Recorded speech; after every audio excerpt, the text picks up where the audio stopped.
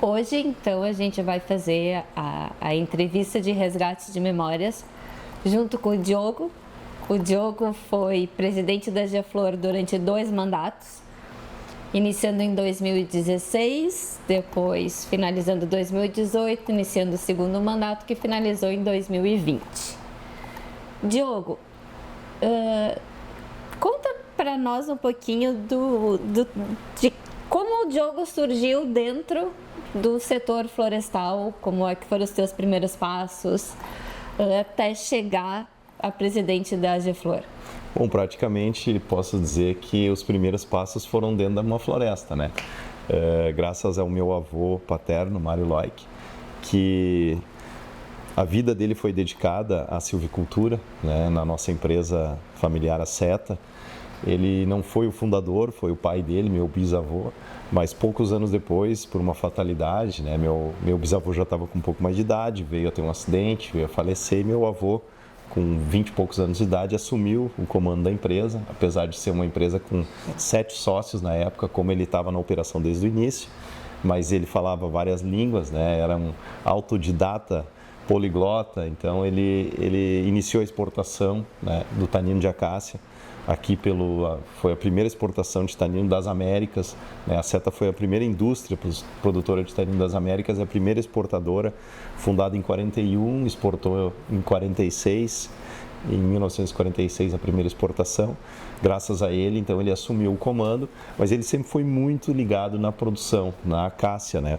A própria empresa surgiu no momento que nós tínhamos pouca acácia negra no estado, mas pela questão da Segunda Guerra Mundial não se conseguia mais trazer o tanino de outros países, principalmente da África, né, que era o grande produtor. Então se resolveu aqui, esses 7 sócios, que eram 7 curtumeiros, né, donos de curtumes, resolveram fundar uma empresa de extração de tanino para ter matéria-prima para produzir seus couros. E nós, como tínhamos o curtume Loic Matos, o meu avô participou dessa pequena indústria de extração de tanino. E aí, graças à sua visão, né, empreendedora e expansionista, ele exportou e a empresa cresceu muito. Mas para isso tinha que aumentar a base florestal, né? Porque nós tínhamos aqui os primeiros matos, como se dizia, né? Não era floresta, era mato de acácia. Era da Companhia Geral de Indústrias de São Leopoldo, que plantou a acácia negra, né? Trouxe espécies da África do Sul, apesar de ela ser originária da Austrália, trouxe da África do Sul para poder ter energia, ter lenha para produzir energia. A Companhia Geral de Indústrias tinham caldeiras muito grandes ali em São Leopoldo e a acácia queimava melhor do que outras espécies, do que o eucalipto, por exemplo. Então eles plantaram e aí se sabia que essa acácia era parecida com a que tinha na África, que vendia tanino para nós, então dali começou toda a produção. Foi daí que veio, então nasceu a acácia pelos nossos lados. Exatamente, ela surgiu para a energia, né?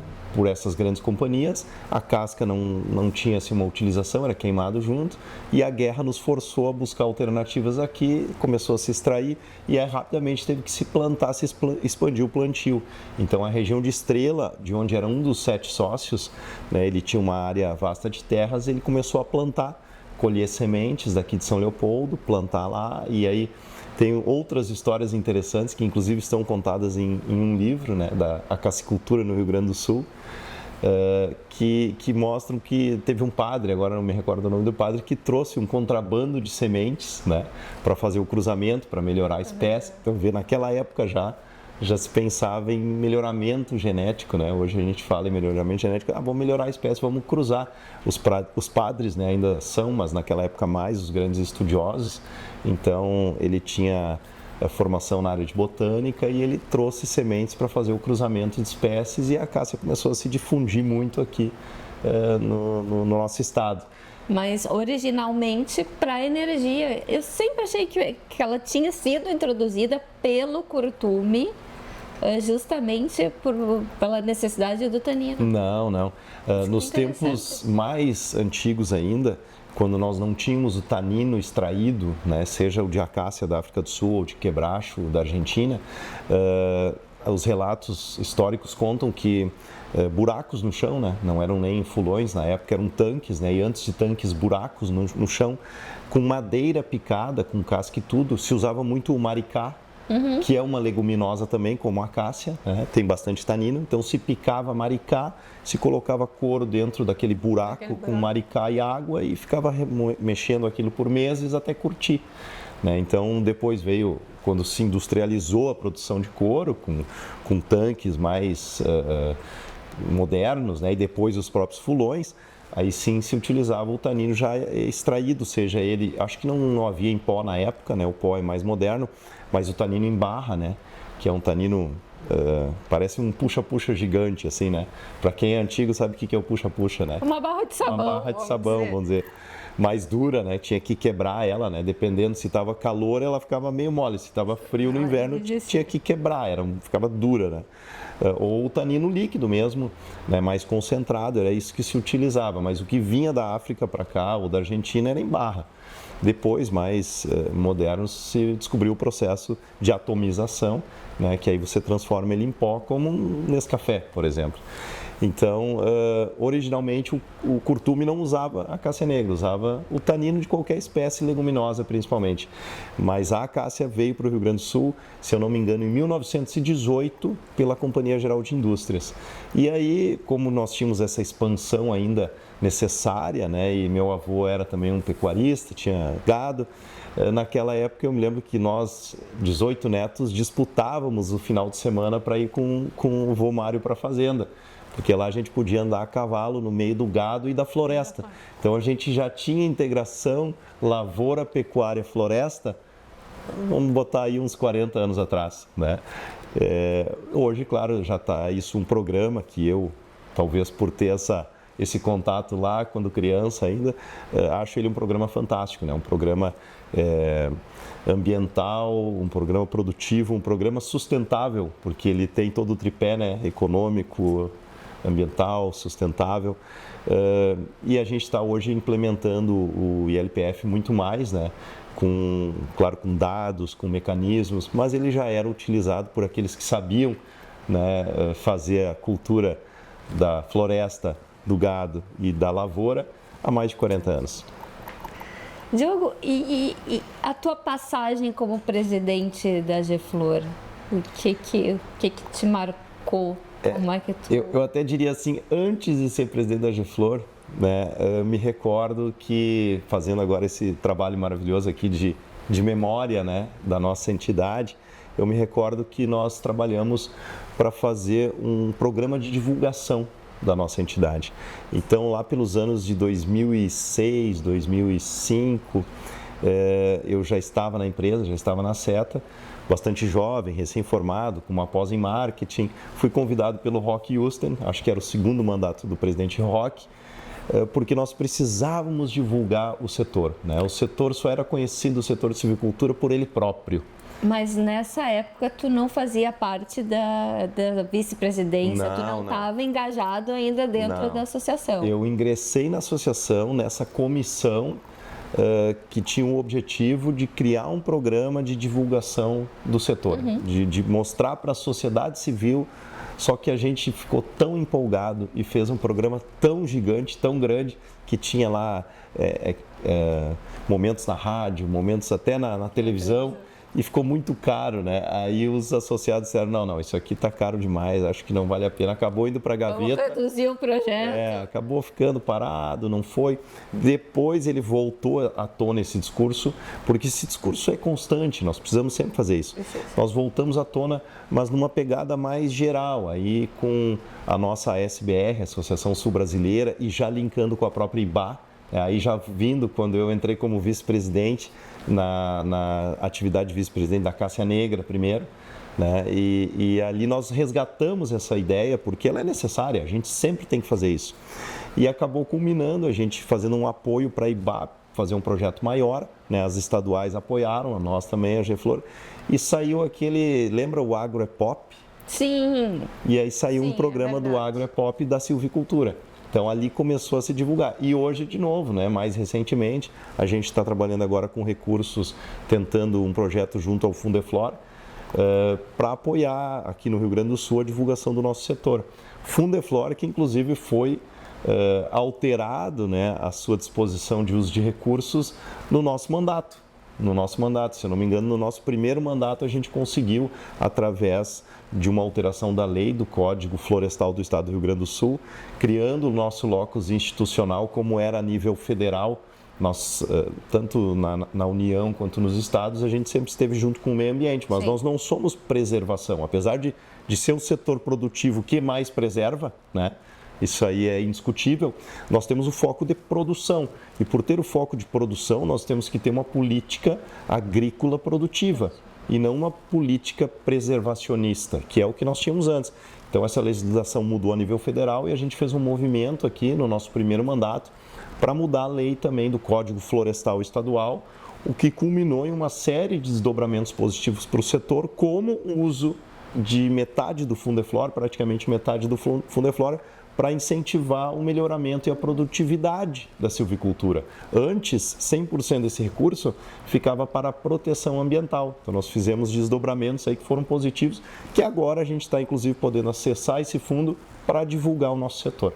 Que interessante. Eu, particularmente, não sabia dessa alteração do Fundeflora justamente na tua gestão. Justamente desdobramento da lei que a gente fomentou, que trouxe a ideia de Brasília. Nós já participávamos da Câmara Setorial de Florestas Plantadas, né, onde isso foi discutido, a importância dos estados alinharem as suas políticas com a União, né, e nós conseguimos fazer esse movimento aqui.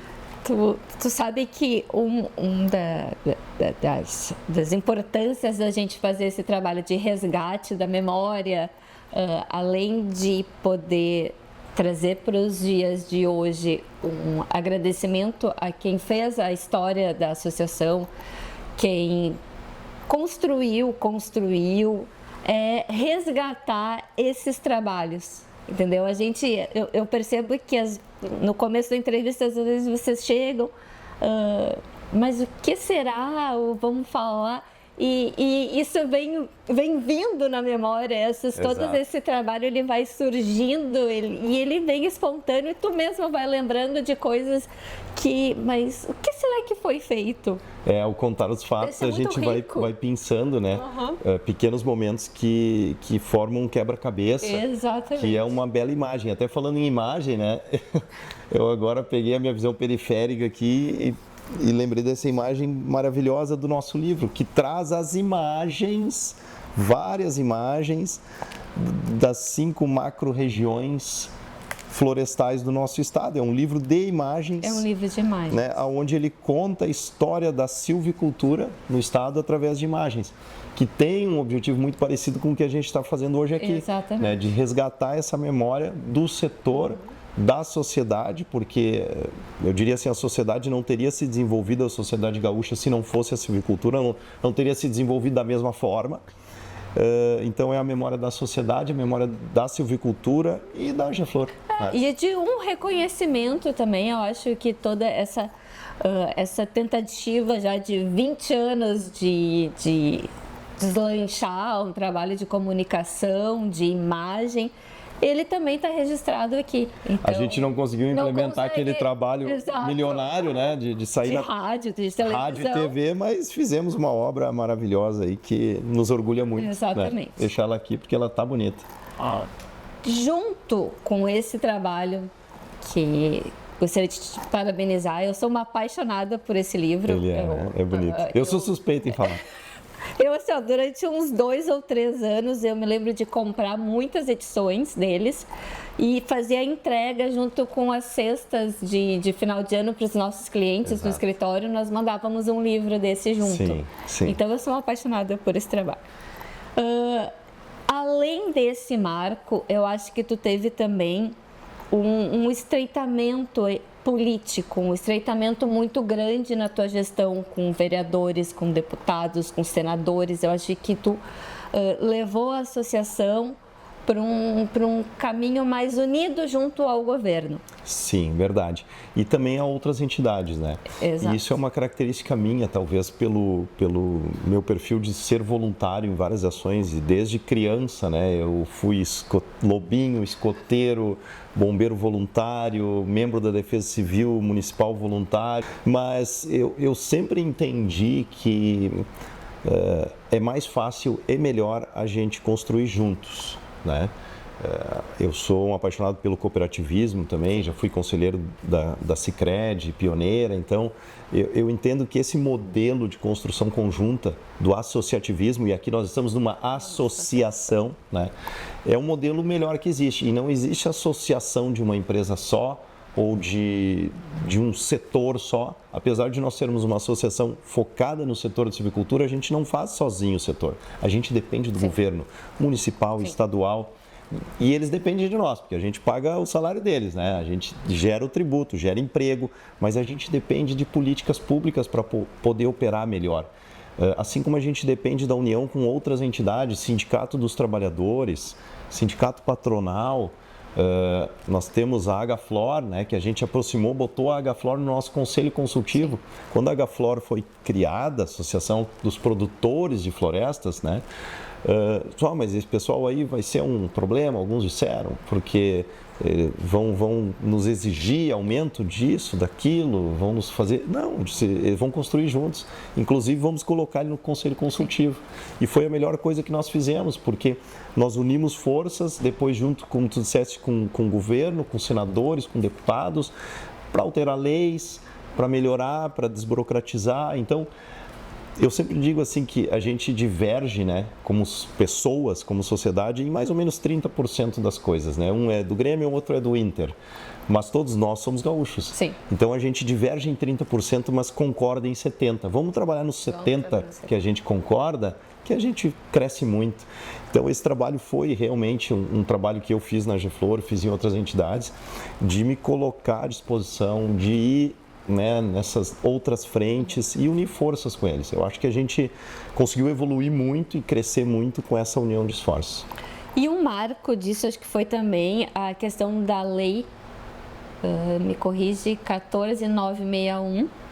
Isto. Que desencadeou depois em diversos outros benefícios para o Estado. A lei que nós aprovamos do Código Florestal, que, como disse, né, trouxe a própria melhoria no Fundeflor, levou o locus institucional da silvicultura para dentro da Secretaria da Agricultura, que é produção, né, e essa lei deu condições de nós apoiar uma outra lei que estava parada, era um projeto de lei do senador Álvaro Dias, que eu já não me lembro o número do projeto de lei no Senado, porque depois virou projeto de lei na Câmara, que aí a proximidade com os senadores, como tu disseste, nos aproximou do próprio senador Álvaro Dias, que é um produtor florestal no Paraná, nos aproximou do senador Heinz, que é um produtor pecuário e florestal aqui em Bagé, e esse projeto estava parado há 7, 8 anos no Senado, o senador Heinz junto conosco. Eu me lembro que eu conheci o Senado com o senador Heinz, batia de porta em porta dos senadores, temos que aprovar esse projeto de lei do Álvaro Dias, temos que aprovar, o projeto foi aprovado.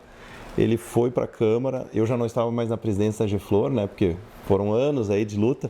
Mas esse trabalho todo começou no teu mandato. Começou na nossa gestão, exato, como presidente. Mas eu continuei depois como presidente do Conselho, vice-presidente do Conselho, e continuei presidente da Câmara Setorial de Florestas Plantadas também. Foi uma honra a gente poder presidir a Câmara, né, que é uma Câmara Federal, que é o órgão consultivo do Ministro da Agricultura.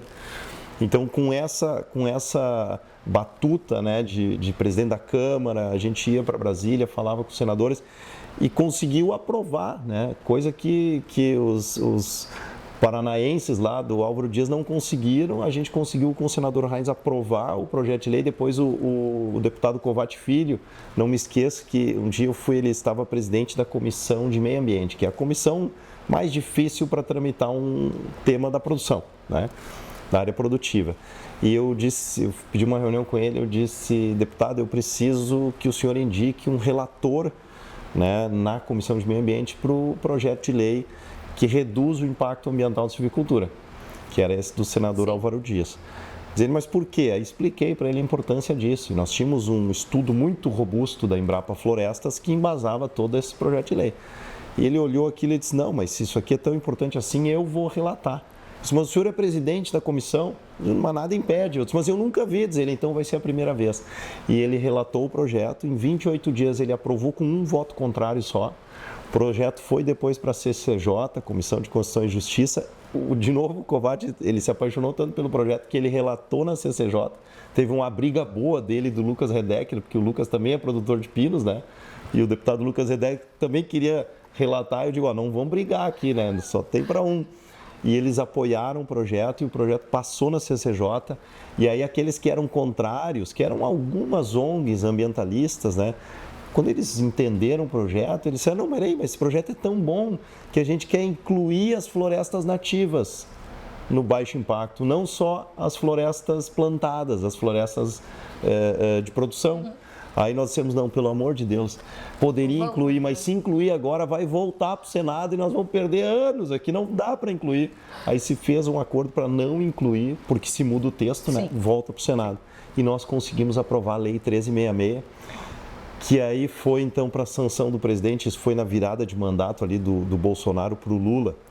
E eu me lembro, foi uma glória assim, a gente ter, né, porque era uma lei muito técnica, né, e muito correta. E aí, adivinha só, o único ministério, quando chegou para o presidente Lula sancionar, o único ministério que deu ok, né, pode sancionar, foi o que nós éramos presidente da Câmara Setorial, que era o Ministério da Agricultura. Todos os demais, até a Casa Civil, disse, não, isso aqui não dá para sancionar, porque isso aqui vai dar problema ambiental. E aí nós tivemos que entrar no jogo novamente, e aí com o apoio da IBA e de todas as demais associações estaduais de florestadores ou de florestas plantadas do Brasil, a gente foi a Brasília, convenceu ministro por ministro, e aí a lei foi sancionada, né? A Lei 1366, que hoje é um marco legal federal importantíssimo para a gente fazer as revisões que está fazendo aqui no nosso estado, quanto à modernização ou à atualização dos AS, do Zoneamento Ambiental de Silvicultura, uma vez que o impacto ambiental é por lei determinado como baixo, né, com toda essa questão de licenciamento, cadastro, tudo isso está sendo revisado agora, graças a esse movimento que começou lá atrás, né, com a lei estadual, apoiou a lei federal e agora a gente está aqui num ambiente muito mais saudável, num ambiente muito mais correto, muito mais sustentável legalmente para a silvicultura. Tu tem uma paixão, quando tu fala assim desse envolvimento político, eu aqui junto contigo percebo algo muito emotivo, uma paixão até por esse envolvimento todo dentro da política. E me recordo que tu tem uns trabalhos que são voluntários, então tu mencionou o escoteiro, o lobinho, o escoteiro, todo esse trabalho. E isso te emociona muito, né? Isso é uma coisa que é uma paixão para ti, todo esse envolvimento voluntário e que acaba culminando num trânsito dentro do setor político com muito mais desenvoltura, porque... Mas isso é fazer política, né? Exatamente. E quem não gosta de política, não gosta de negociar qual é o restaurante que vai jantar com a esposa, né? Porque isso é negociar e política, né? Exatamente. A política, ela não necessariamente é partidária. Eu, por exemplo, nunca fui filiado a partido nenhum. Ir lá no Senado, né? Falar com vários senadores, do PSOL até o PL, né? Talvez por não ser filiado, por não ser partidário, me facilitou. Mas o que eu fiz foi política pura, política na veia. E te confesso assim que me dá um gosto, me dá uma paixão fazer política, porque política na essência é trabalhar pelo coletivo. Exato. Trabalhar pelo bem-estar de todos, né? E o voluntariado que tu tem desde criança, eu acho que ele traz isso, tu aprende a transitar em diversas esferas, tu ajuda o mais carente, mas com o recurso daquele que tem que pode fazer a doação, então tu acaba tendo muita firmeza de como tratar sempre os dois extremos. Não existe empresa próspera em sociedade miserável. Exatamente. E quando a gente olha ajudar o todo, não é dar benefícios para a minoria, não, é ajudar o todo. E isso é fazer política. Tem vários conceitos de política, mas o que eu mais gosto é esse, né? É trabalhar pelo coletivo, ponto. Mas trabalhar pelo coletivo mesmo, pelo bem-estar social de todos. Né? E o que eu sempre digo, o melhor programa, o meu xará, o meu tocaio lá, o prefeito agora de Bento Gonçalves, o Diogo, né? O prefeito está aí polêmico, está bombando nas redes sociais porque ele está dizendo que, e eu concordo com ele, o melhor programa social que tem é o emprego. Sim. Né? E ele está querendo acabar com as ajudas sociais, lá o Bolsa Família e tal, mas não que ele quer só cortar, ele quer tirar aquele cara da ajuda vamos dizer, assistencial e dar emprego para ele. E ele fez um movimento maravilhoso em Bento com as associações, com as entidades, a CI, CDL, e diz, olha, vamos dar emprego para esse pessoal, vamos treinar, qualificar e tirar ele desse assistencialismo para ele ir para o emprego. Então, isso é fazer boa política. Empodera as pessoas. Empodera ela. Isso é fazer boa política, né? E com a minha formação, né, acadêmica, eu sempre tive dúvida lá quando criança, né, quando chegando na faculdade, vou fazer agronomia, vou fazer engenharia florestal ou economia, né, porque eu vivia no meio dos boi e do mato, então. Aí meu avô disse assim, não, faz economia que daí tu transita em qualquer um desses setores. E eu posso contribuir, né, com esse aprendizado que eu também construí dentro do plano de desenvolvimento, dentro do Estado. E, de novo, sem estar afiliado, né? É um trabalho realmente político, mas técnico e apartidário. E digo para vocês, assim, ó, tá sendo maravilhoso, porque todo esse aprendizado que eu tive aqui dentro do setor, que eu tive dentro da AGEFLOR, nos dá a condição de transitar dentro do Estado e ajudar no desenvolvimento. E é um dos setores, né, a silvicultura, papel e celulose, é um dos 12 setores impulsionadores do crescimento do Estado. Foi feito pela consultoria McKinsey um levantamento, né, e nós temos 12 setores, tem o agronegócio, a silvicultura, papel e celulose, transição energética e descarbonização, são os 3 maiores, e a silvicultura está nos 3. Está nos 3. Então, que maravilhoso poder ter esse aprendizado e agora contribuir para o Estado. Eu estou nessa missão, estou nessa função para tentar ajudar nosso Estado e contribuindo, né, através do nosso setor aqui, que é uma alavanca impulsionadora do aumento do PIB e da produtividade fantástica. A gente está vendo a perspectiva de trazer de volta projetos que se perdeu no passado, né? Ampliação de empresas, novos negócios, produção de hidrogênio verde alinhado com floresta plantada, quer dizer, coisas assim que eram talvez para alguns impossíveis, hoje estão sendo viabilizadas porque a gente tem dentro do governo do Estado o entendimento que a floresta plantada é o caminho para a descarbonização, que a floresta plantada é o caminho para a energia renovável, energia limpa, para produtos de origem sustentável. Então ele sai simplesmente daquele rol de tanino, papel e celulose, ou madeira serrada e breu e terebentina, que era o que nós tínhamos no passado, né, para nanopartículas, nanomoléculas, entrando a silvicultura dentro da medicina. A gente está hoje estruturando, por exemplo, o cluster agrotech e o cluster health tech. Eu disse, mas os dois se conversam, né, porque nós temos hoje, por exemplo, produção de pele humana a partir de nanomolécula de celulose. Então, quer dizer, a silvicultura está em tudo, né?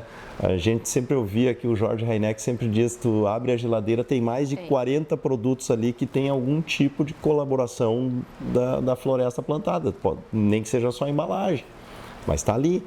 Então a gente vê a importância, o Estado vê a importância, e falávamos antes de construir juntos, dependemos do Estado. Quando o Estado enxerga a importância do setor, ele consegue construir políticas públicas para impulsionar o setor e a sociedade.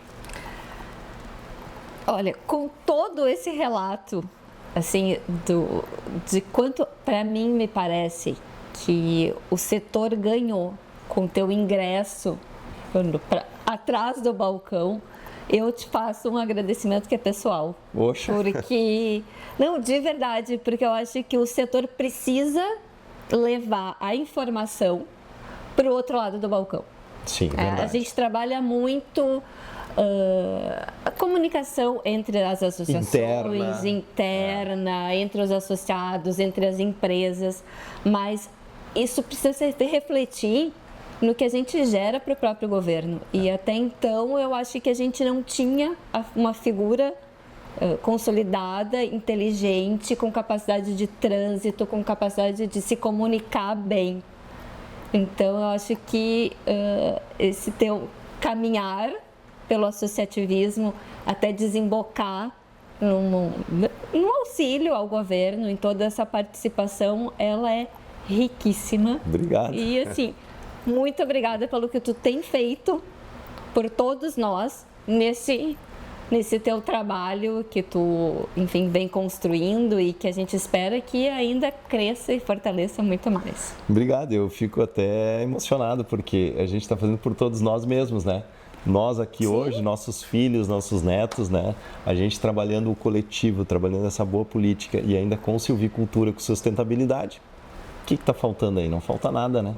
Mas a gente sabe que às vezes é difícil a gente achar pessoas que elas sejam mais interessadas numa construção do todo do que uma construção ela muito particular. Isso é da pessoa, né? Da pessoa. E a gente consegue mudar isso, consegue, mas aí a gente diz mudança de cultura. E mudança de cultura leva gerações. Sim. Então eu tive a graça de Deus de ter o meu avô que me ensinou muito, meu pai, minha mãe, pessoas aqui dentro da Geflor. Essa caminhada, como tu disseste, dentro do associativismo me contaminou positivamente, né? Então eu tive esses aprendizados. E nem todos tiveram isso. Eu compreendo, né? Eu não concordo, mas eu compreendo quando as pessoas são egoístas, egocêntricas e eu já ouvi muito isso. Não, mas não vamos trazer mais uma empresa para cá porque vai competir conosco, Exato. Vai aumentar o custo da terra, vai aumentar o custo da mão de obra, da matéria-prima. Mas, gente, pelo contrário, a gente tem que deixar de olhar para o umbigo e olhar para o mundo. Olhar para o mundo. A gente não compete com a fazenda do lado. A gente compete hoje com a China, com tudo que é lugar, né? E é um crescimento de Estado. Eu acho que o próprio Rio Grande do Sul, como crescimento de Estado, ele precisa olhar por cima, por um todo. Exato, o gaúcho, ele tem uma coisa muito bairrista, fechado. Exato. E a gente tem que olhar que não, a gente enquanto está olhando para baixo, o pessoal está passando por cima, né? O avião está voando por cima. Bem isso aí. Diogo, a gente geralmente encerra a entrevista com um bate-papo, um jogo de perguntas e respostas. Não sei se tu tem mais alguma colocação para fazer com relação à tua passagem ou se a gente... Eu acho que se a gente tivesse mais umas 3 horas aí para falar, dava para contar muita história ainda, mas daí quem está nos assistindo não vai aguentar. Então a gente faz um outro episódio, né? Mas vamos para a brincadeira então. Vamos. Preparado? Preparado, vamos lá. Uma personalidade do setor. José Lauro de Quadros. Marcante. Mesmo? Sabe que... Tive a honra de conhecê-lo. Não vivi muito com ele, mas tive a honra de conhecê-lo. Tu não é o primeiro. Tá? Muitos dos outros entrevistados, eles mencionam o Lauro de Quadros e a gente tem até uma promessa feita em um episódio, que, se eu não me engano, para o seu Flávio, de fazer um resgate da memória de quem foi o Lauro de Quadros. Importante. Isso a gente vai fazer. Importante. Uma entidade do setor. A Geflor. Um uso da madeira. Geração de tanino. E, para encerrar, um caos, uma história, uma passagem que tenha te marcado. Bom, teve uma situação inusitada aí que, até colocando da minha trajetória como voluntário, né?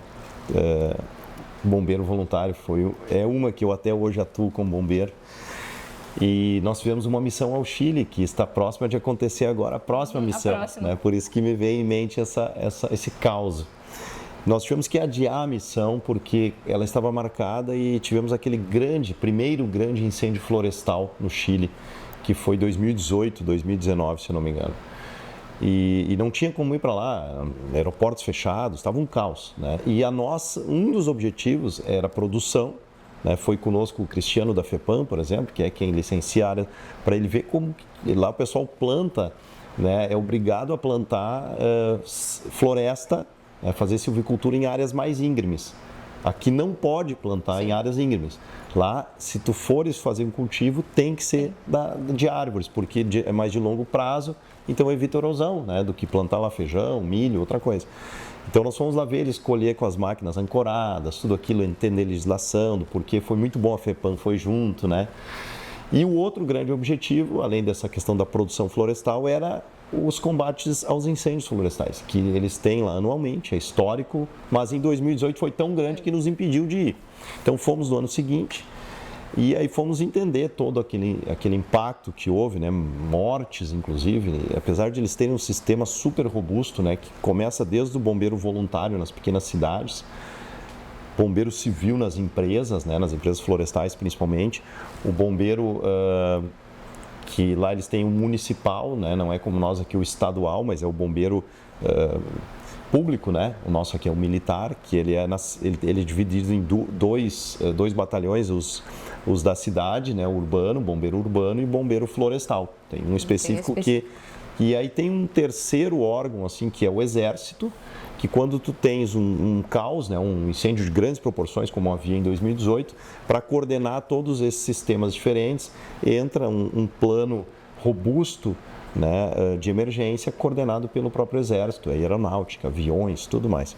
Com tudo isso, eles ainda tiveram aquele incêndio e estavam revisando o plano. E nós fomos então conhecendo as empresas e na cidade, o bombeiro urbano e o bombeiro florestal. Eu quero conhecer os três, né? O deputado Elton Weber estava junto conosco, né, que é também um bombeiro voluntário e queria entender essa legislação lá para trazer para cá. E nós fomos visitar, a última visita que nós tivemos foi no bombeiro urbano, que ele também apoia o incêndio florestal, né, em caso necessário, porque vamos lá, da floresta vem para a cidade. E nós fomos lá e eu fiquei olhando um caminhão americano daqueles, né, bonito, um Pericles fantástico, gigante, né, um motor V8 automático. E eu, deixa eu entrar no caminhão, posso ligar o caminhão? E fiquei ali e liguei aquele motor e tal. Eu disse, nossa, que loucura isso aqui, caixa automática. Né? Nós aqui ainda com um caminhão Mercedes 1113, aqueles caminhãozinhos antigos, 20 anos de uso, né? Agora o bombeiro aqui no estado está muito melhor, né? Porque ele separou da brigada, tem recurso próprio, a gente tem estrutura, na época não tinha. Era só caminhão velho, só, né? Caminhão velho. E aí o comandante do bombeiro disse, quer dar uma volta? Eu disse, não pergunta duas vezes, né? Vamos lá. O Álvaro estava comigo, o Álvaro já sobe aqui, né? Saímos com o caminhão para dar uma volta e eu fui dirigindo o caminhão ainda. E aí nós estávamos passando uma volta na quadra assim, e chamou no rádio a central dizendo tem um incêndio florestal num parque urbano, chamou o bombeiro da cidade, porque era num parque urbano, a meia dúzia de quarteirões de onde vocês estão com o caminhão, vocês não querem ir lá atender? Eu disse, vamos!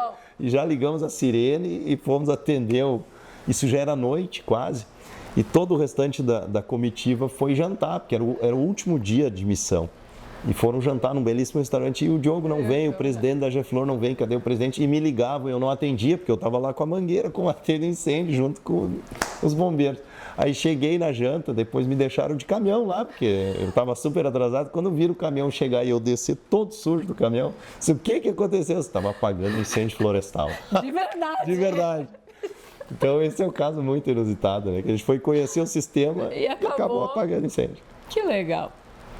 Diogo, queria te agradecer então, em nome de toda a Geflor, em nome de toda essa gestão atual, né, que está fazendo esse trabalho, desse resgate. Queria te agradecer em nome de todos os associados, queria te agradecer em nome de toda a equipe, em nome do Álvaro, em nome do Jorge, em nome da Simone.